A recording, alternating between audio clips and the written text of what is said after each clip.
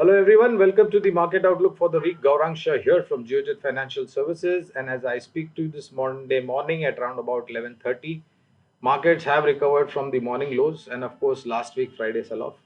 To give you certain levels on Sensex, Nifty, Bank Nifty, Rupee Dollar and crude oil, well, the Sensex is up about 30 odd points.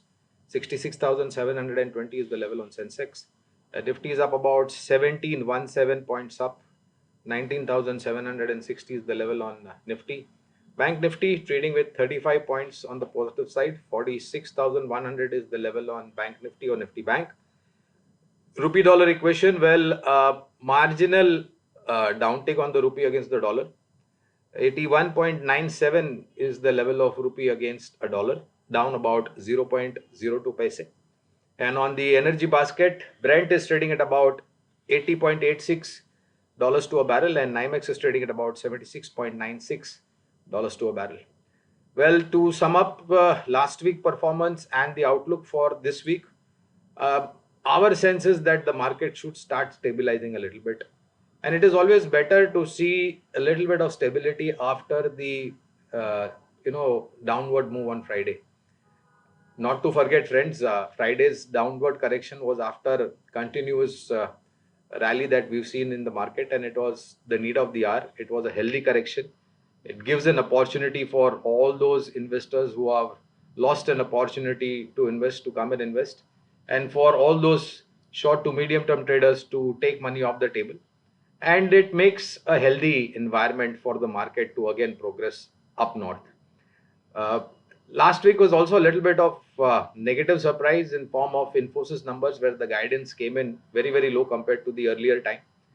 Reliance did see a little bit of miss on certain numbers, and of course Kotak Mahindra Bank. So by and large, to sum up the earnings, well, not to sum up the earnings because we have a lot more numbers to come and lot many companies to announce their numbers. So whatever we've seen up till now, there could be some amount of downward negativity in terms of these three names. But I think overall, there should be a better side to look at as far as the first quarter earning this financial is concerned. Central banks across the world, especially the Fed, the ECB and Bank of Japan will announce their decision this week as we go forward. Markets may take a little bit of cue from that and possibly get a little bit of direction. But overall, our sense, friends, is that we should see a little bit of stability in the market. And why it is required? Because of the run up that we've seen. Don't want to see days wherein you just fall off the cliff and there is a lot of negativity around. I think if we stabilize, consolidate over here, that will rebuild the confidence that all of us have into the Indian equity markets. These kind of corrections like we saw yesterday, or a little bit of consolidation this week, and again, what we said earlier also, friends, that you will get intraday corrections, you will get corrections which are a little bit deeper on a particular day or two, but then those are the opportunities to add to the stock. And remember, friends, last week we did also mention about churning your portfolio, because these are the perfect time to get out your non-performers in the portfolio and add to the performers, or make new investment into performing stocks.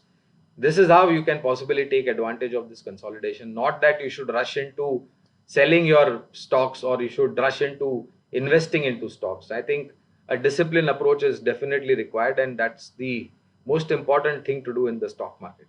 So overall, friends, I think the cues from central bank earnings, and of course how the policy decisions unfold, will possibly guide us to the entire week. Development on the monsoon front will also have a little bit of soothing impact, given the fact that there was a little bit of scare before the monsoon season started, but now we are making a decent progress. Having said that, friends, like always, we give you two investment ideas from a long-term point of view on the fundamental side. The first one is again a banking name from a private sector bank, and this bank announced its numbers last week, and it was a great number. A decent amount of uptick on the net profit side. Net interest income and margins also grew substantially. Net and gross NPA came down, provisioning came down, and the name is IndusInd Bank. There was a little bit of concern on this bank some time back on the news flows and of course the asset quality. but there has been a consistent amount of improvement over the last couple of quarters, and we see this improvement as we go forward from here on. Post the numbers, there have been a lot of upgrades as far as IndusInd Bank is concerned with respect to the target. So this is one bank that you should possibly have on your radar. And of course, the next one would be a name from the auto pack, Mahindra and Mahindra. Again, the company is yet to announce its numbers, which will come to know in the very recent future or within a short span of time. But our sense is that the kind of commentary that the management has given in terms of their business outlook, not only with respect to the SUVs, that is sports utility vehicles, but also with respect to the commercial vehicle, and also in form of the joint venture that they have formed to venture into the EV segment, and along with that tractor and agri equipments. Our sense is that with the kind of monsoon that we've had, the demand for tractor and agri equipment is going to be quite robust and strong. Along with that, new launches from Mahindra and Mahindra, whether it is SUV, UV, or a commercial vehicle, will add to the positivity in terms of long-term growth. So we believe that this is a great, these are great companies to invest in from a long-term point of view. IndusInd Bank and M&M, that is Mahindra and Mahindra Limited, are the two investment ideas. Thank you very much for your patience hearing, and I'll see you again next week. Till then, please do take care of yourself. Stay safe. Thank you very much.